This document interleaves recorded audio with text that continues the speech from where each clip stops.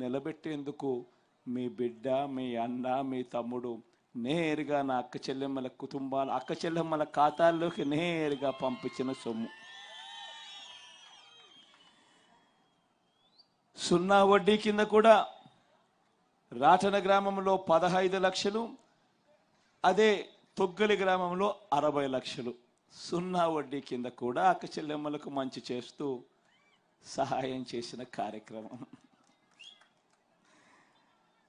ఇళ్లకు సంబంధించి కూడా గమనిస్తే, ఇళ్లకు సంబంధించి కూడా దాదాపుగా 66 తొగ్గలి గ్రామంలోనూ, దాదాపుగా 122 రాతన గ్రామంలోనూ దాదాపుగా వీళ్ళకు కూడా మంచి జరిగాయి. రాతన గ్రామంలో 1,15,00,000, తొగ్గలి గ్రామంలో దాదాపుగా 78,61,000. ఇదే మాదిరిగా వైఎస్ఆర్ కళ్యాణ మస్తు ద్వారా కూడా తొగ్గలి గ్రామంలో 3 లక్షలు, తొగ్గలి గ్రామంలో 3 లక్షలు వైఎస్ఆర్ కళ్యాణ మస్తు షాదీ తోఫా ద్వారా. అదే రకంగా రాటన గ్రామంలో కూడా 4.8 లక్షలు. ఇలా గమనించుకుంటూ పోతే ప్రతి పథకము కూడా పెన్షన్లది చెప్తా, నా అవ్వలకు తాతలకు సంబంధించింది. రాటన గ్రామంలో పెన్షన్లకు సంబంధించి ఈ ఒక్క రాటన గ్రామంలోనే ఈ 58 నెలల్లో 7,54,00,000 ఇచ్చాం.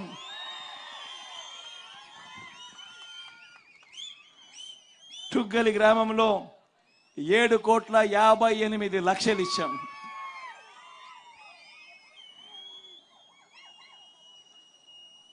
రైతులకు సంబంధించి కూడా చెప్తా.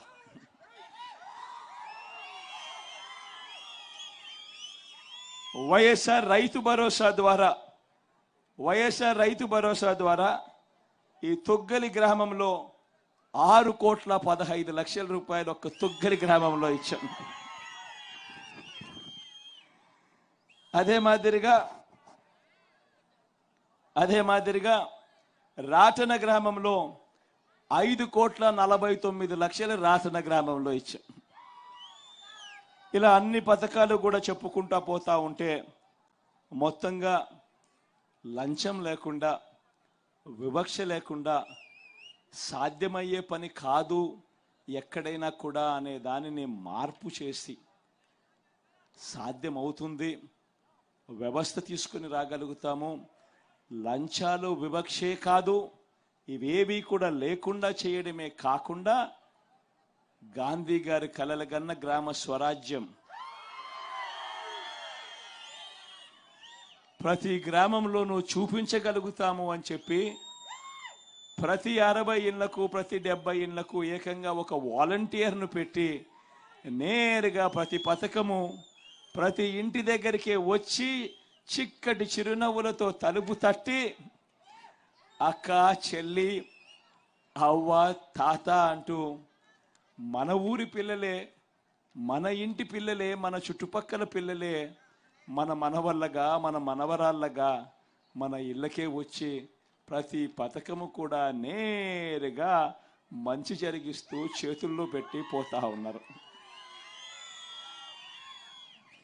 ఒకవైపున ఇవే కాదు, ఇంకా చెప్పుకుంటూ పోతా ఉంటే వైఎస్ఆర్ ఆరోగ్యశ్రీ. ఎందుకనంటే ఇది కూడా గతానికి భిన్నంగా ఈరోజు మార్పు జరుగుతూ ఉంది.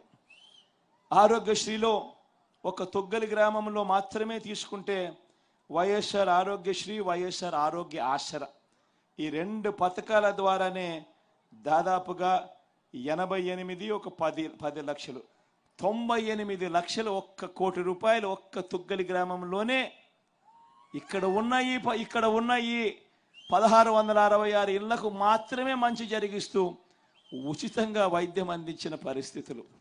అదే రకంగా రాతన గ్రామంలో కూడా చూస్తే కూడా ఇది కూడా దాదాపుగా 84 లక్షల రూపాయలు. నేను ఒకటే చెప్తా ఉన్నా, ఈరోజు ఒకసారి గమనించమని అడుగుతా ఉన్నా. వ్యవస్థలోకి ఎటువంటి మార్పులు వచ్చాయో ఆలోచన చేయమని అడుగుతా ఉన్నా. ఈ వ్యవస్థలు ఎలా ఎంత అవసరమో ఇది ముందుకు కొనసాగడానికి ఎంత